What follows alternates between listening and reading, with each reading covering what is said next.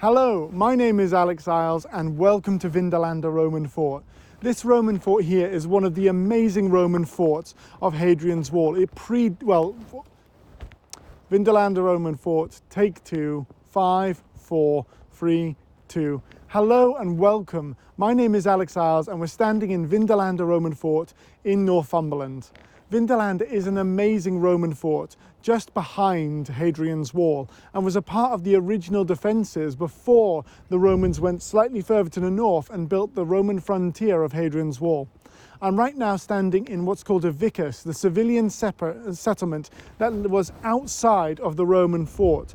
And this civilian settlement right here dates from the 3rd century because Vindolanda is a very complex site.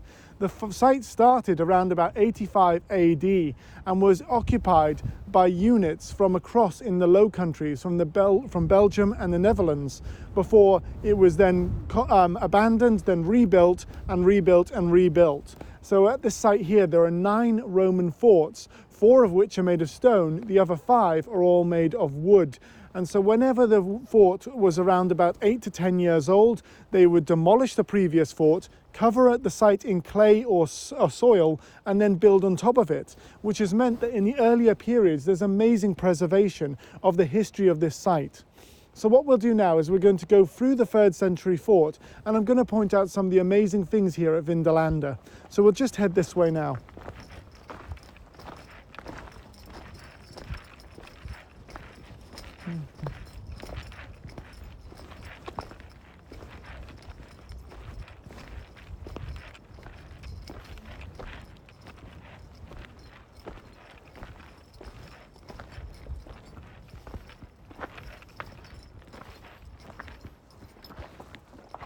So this right here is the west gate of the Roman fort, and the west gate would have been the entrance where obviously the soldiers, when they finished their work, would then be able to go out into the civilian settlement.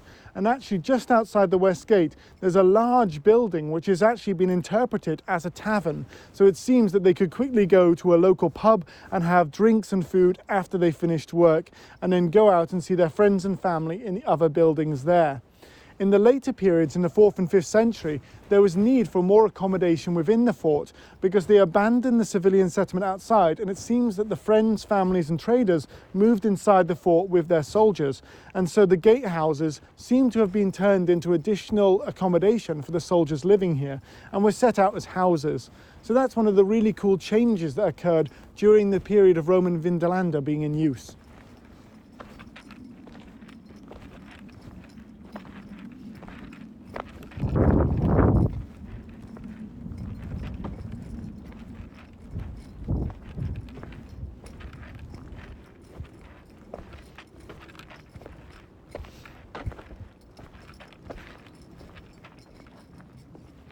Right here we have some of the barrack blocks inside Vindolanda Roman Fort. And as I mentioned before, as the fort changed over the course of its use, the families seem to have moved inside because there's an increase in the amount of fines associated with women and children. These fines can go anywhere from hairpins right the way through to children's footwear and children's toys. And so we know there was a large population of women and children living alongside the soldiers inside the fort here as well. Living alongside the soldiers here as well. Sadly, there does seem to have also been a number of other things going on here too, and one of them is unfortunately that a young girl aged about 11 was murdered here at Vindolanda Roman Fort and was buried underneath the floors of one of the barrack blocks. It's still one of the mysteries of Vindolanda, but she seems to have either come from the Mediterranean or south of France. And so when she was up here, they interpreted it made that she may have been a daughter of one of the soldiers, or she may have also been a slave, but unfortunately seems to have been killed.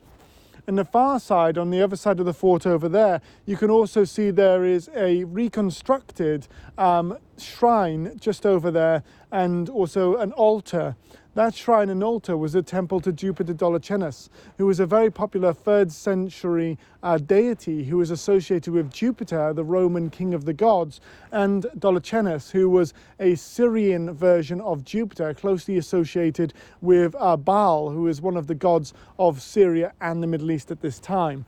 And so there was a temple over there, probably sponsored by one of the commanding officers during the Roman period.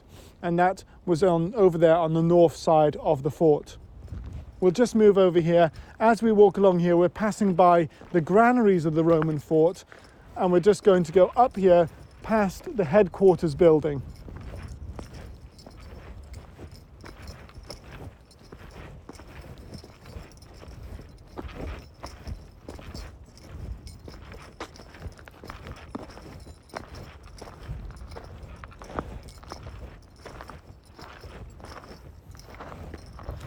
Right here we have the headquarters building, and very similar to Housted's Roman fort, it's also got the same layout. You can see that there is a covered area of the building, which is where the commanding officer would meet with his senior officers. There is an open air bit, which has also got a well here. Unlike Housted's, Vindolanda has no problem with running water. And then at the far end, there are offices where the soldiers would also be able to basically go and to write letters to their friends and families in other parts of the empire, and also all of the important documentation for the fort would be conducted in that area as well. You can also see the Shrine of the Standards and the strong room, which is the location where the money for the soldiers would have been kept. And so that's the headquarter buildings just over there.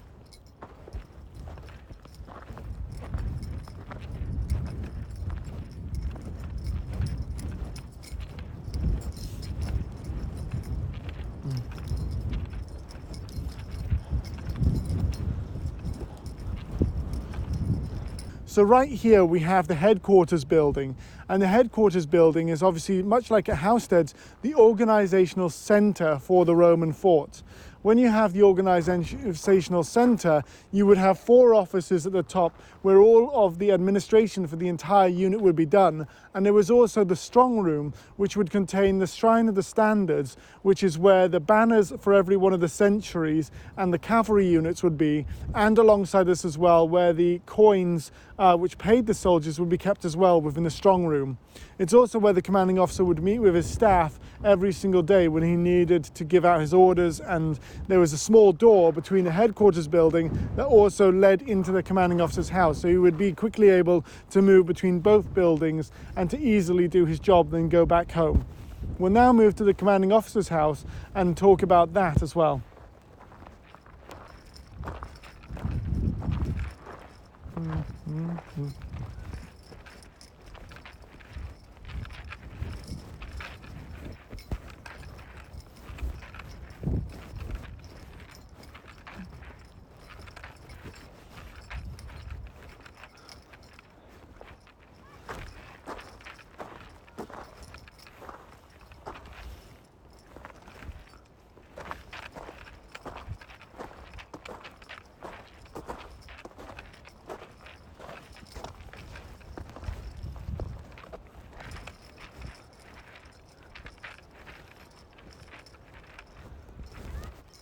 So right here we're in the centre of the commanding officer's house, and much like at Housted's, this would have been a large 3-storey high building which would have shown off the wealth and the power of the commanding officer who was stationed here.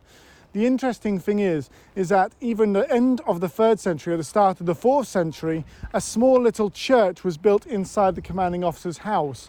And when this little church was built inside here, it shows that Christian worship had come up to the northern frontier of the Roman Empire. When Christian worship had come up here to the northern frontier of the Roman Empire, there was actually they studied it, and they saw that as they come to the end of the 4th century, the church is decommissioned, and at the top end of the church right here, there is a large fireplace put in place, so large that you could roast an entire ox in this location. For a while, this was interpreted to mean that basically Christianity had not taken hold here in northern Britain, and in fact, instead they were now roasting cattle in this location, showing a return back to the old pagan ways. But what we'll do now is we're going to go to a location that shows that this was not the case whatsoever. So we'll just head over to the most recent digs that have been done in the last 2 to 3 years.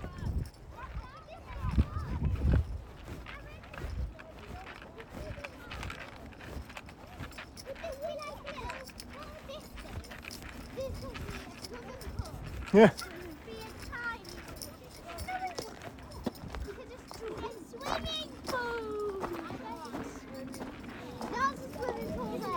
This is the commanding officer's house.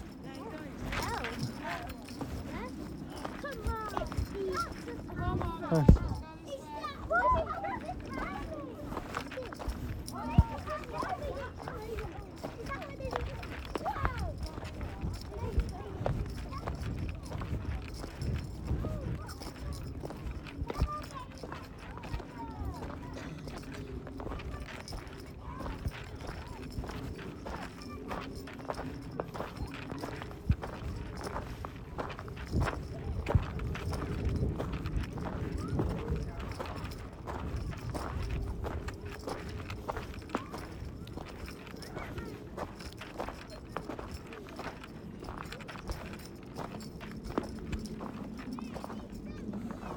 So right here, this is the area of the current excavation, and Vindolanda have got a 4-year dig planned in this area and may extend as well depending on what they discover.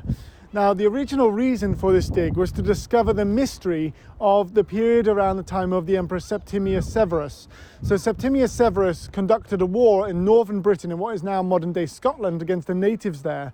And during his time when he was emperor, this location here where we're standing was covered in roundhouses. When it was covered in this area with roundhouses, the archaeologists at Vindolanda wanted to find out why there were roundhouses on the site, because the Romans didn't build round houses. It was quite unusual. It's more of what you see within what's sometimes called the Celtic or the native British style of building. After they'd discovered the Severan roundhouses, they asked for 4 years of permission to dig on this site. And as they dug down through here, what they discovered was a new mystery. They think they found a 4th into 5th century church and evidence that Vindolanda could have been used for Christian religious purposes into what people call the Dark Ages or the early Middle Ages. And so that's a really cool discovery right here, that there could possibly be a monastery on this site. After they dug through the church, they also discovered a lead chalice that was covered in Christian symbology from that period as well. Underneath the church, into the 3rd century again, they've discovered a large cookhouse here and another identical building just behind it, which Vindolanda thinks may be a scholar or basically an officer's mess. So it'll be really interesting to discover what they find in this area as they do further digs. Just over in this direction here, they also have some of the later Roman cavalry barracks, where they also discovered a number of evidence for the Roman cavalrymen in the later periods of Vindolanda's occupation. While they were digging slightly further back over here as well, they also discovered a little miniature shrine dedicated to a Roman horse god.